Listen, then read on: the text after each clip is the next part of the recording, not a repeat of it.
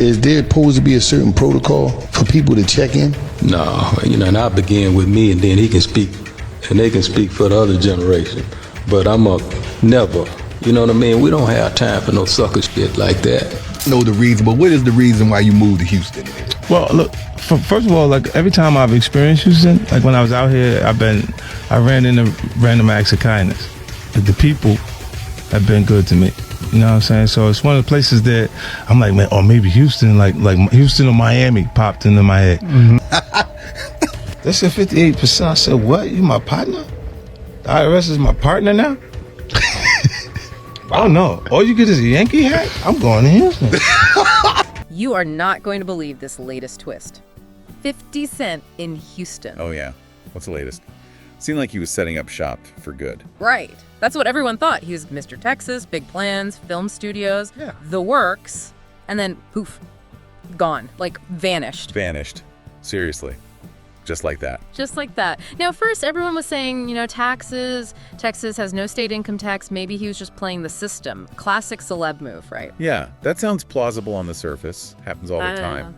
But you're saying there's more to it. Oh, way more. Turns out the tax thing might just be cover. The real story sounds like it's got layers. Deep Houston layers. Okay, now I'm intrigued. What kind of layers are we talking? This sounds juicy. It seems to boil down to this whole check-in culture they have down there. Paying respects to the established players. The check-in. Yeah. Right. And let me guess, J Prince's name is involved. Bingo. Apparently, 50 decided he didn't need to play that game. He just rolled in, planning this huge expansion. Without acknowledging the local power structure, so to speak. Exactly. And J Prince, well, the word is he holds serious weight in Houston. You don't just set up shop in his perceived territory without at least a nod. That dynamic is fascinating. It's like informal governance, almost. Mm-hmm. And someone like 50, who's built his whole image on being untouchable, self-made. Yeah. He's probably thinking, check in. Why? He's 50 Cent. He survived 9 shots. Why does he need to ask permission? It's a clash of mentalities, isn't it?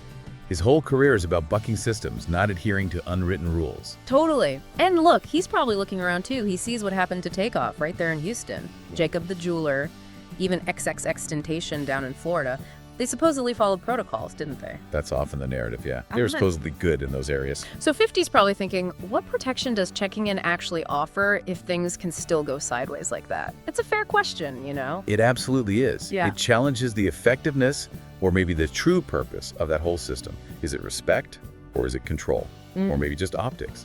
And this wasn't just a flying visit for 50. He was investing $20 million for a film and TV studio, G-Unit Studios, Houston, pushing his liquor brands, getting involved with schools, local charities. He was serious about putting down roofs. That makes the sudden departure even more jarring. Right. But doing all that, making those big moves without playing the local game, apparently that caused some real friction, like serious waves. You can imagine an outsider coming in, ignoring long-established, albeit informal hierarchies. That's bound to ruffle feathers, especially someone with J Prince's reputation and history. Okay, strap in because this is where it gets wild.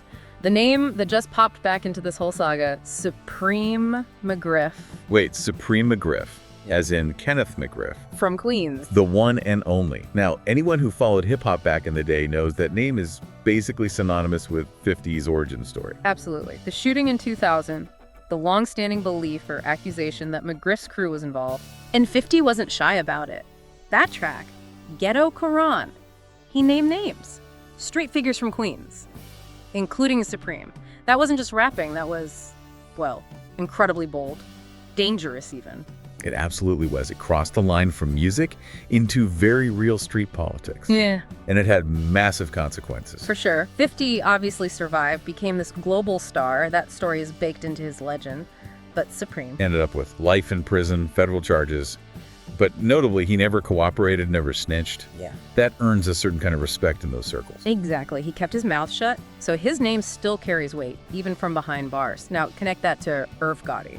The murdering connection. Yeah. Irv and Supreme were famously close, right? Like brothers, reportedly. Irv apparently funded a lot of Supreme's legal defense. That's serious loyalty. A very deep bond. Okay, I think I see where this might be going. Well, when Irv Gotti passed away recently, 50 wasn't exactly sending condolences. Oh no. Knowing 50's history with Murder Inc. and Irv, I can only imagine. He went nuclear on social media, posting pictures like with a hookah next to a fake tombstone saying, smoking on that Gotti pack. Super disrespectful stuff. Wow. Even for 50, that's intense. Wow. Especially right after someone passes. And the day before, when Irv supposedly had the stroke, 50 posted something like, glad he lived long enough to see my show's premiere. Just brutal. That kind of public disrespect, given the history and the loyalty between Irv and Supreme, yeah, that's not going to sit well with certain people. Oh, definitely not. And Supreme's son, McGriff Jr., he saw all of it. And he responded online, didn't hold back. What did he say? Called 50 a clan, said if the shoe was on the other foot, things would be handled differently. Basically, I'm matching your energy. Made it very clear. Okay, so tensions are escalating publicly between 50 and Supreme's family. Right. Then 50 starts dropping these hints online. You know how he does. Cryptic posts about snakes, enemies moving in silence, acting like he knew something was up. He's always been good at using social media that way. Stirring the pot, putting people on notice. Then, boom. 50 allegedly gets wind of, and maybe even leaks, information about conversations happening. Conversations between J Prince's people and Supreme McGriff Jr. Wait, J Prince's crew talking to Supreme's son? About what? About 50. About the Houston situation. About, how to potentially handle him, put pressure on him, make things uncomfortable down there. Whoa! Okay, so that connects the Houston check-in issue directly to the old Queens beef via Supreme Jr. and the Irv Gotti disrespect. Seems like it. And 50 didn't just sit on this info. He put it out there. Started directly taunting J Prince online, almost daring him. That's a bold move. Taking a private alleged conversation and making it public. Forces everyone's hand, in a way. And then, just to add another layer of gasoline to this fire, enter Rick Ross. Oh, come on, Rose.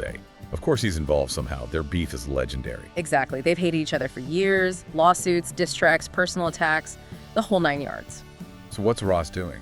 He's been seen recently, hanging out with people from Supreme McGriff's camp, people connected to Supreme Jr. No way. Ross linking up with the McGriff circle. Yep. Now, maybe it's nothing. Maybe it's just industry people crossing paths. But if you're 50 Cent... You see Rick Ross, your longtime enemy, associating with the son of the man you believe tried to kill you, especially right after these alleged talks involving J Prince. You see it as an alliance, a deliberate message, a threat, maybe.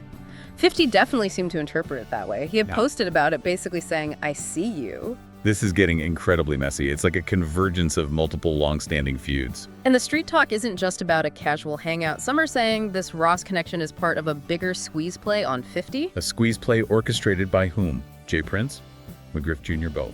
The whispers are that McGriff Jr. is done being quiet after the Irv Gotti stuff, and J Prince is potentially using that, plus the original check-in disrespect, to assert his authority. To make an example out of 50, show that nobody, not even him, can just ignore the established Houston hierarchy. That seems to be the theory floating around. If 50 gets away with it, it weakens the whole structure, right?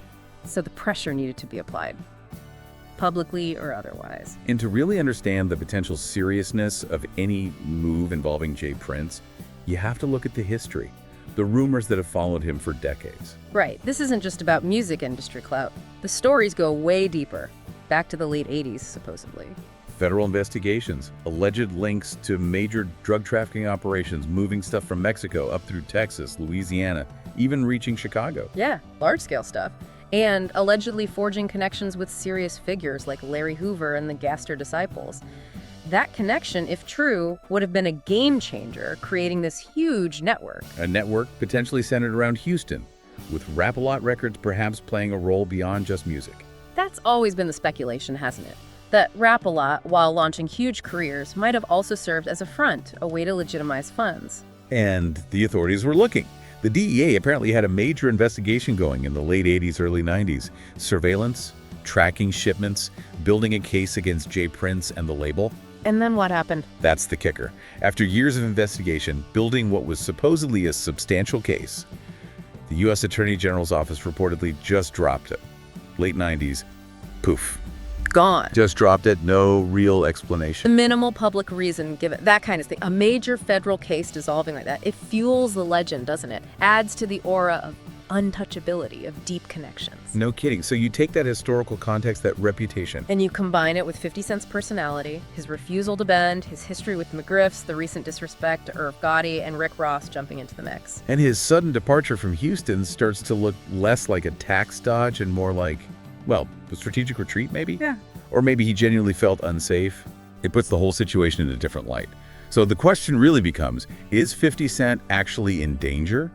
Or is this an incredibly high-stakes, very public game of chicken between powerful egos? It's hard to say for sure, isn't it? You've got 50, J Prince, the whole McGriff legacy looming, Rick Ross stirring the pot.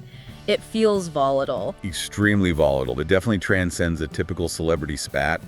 When you factor in 50's past, the shooting, and the serious allegations and rumors surrounding J Prince's history, the potential for this to be more than just talk feels very real. It really makes you think, doesn't it, about power, respect, control.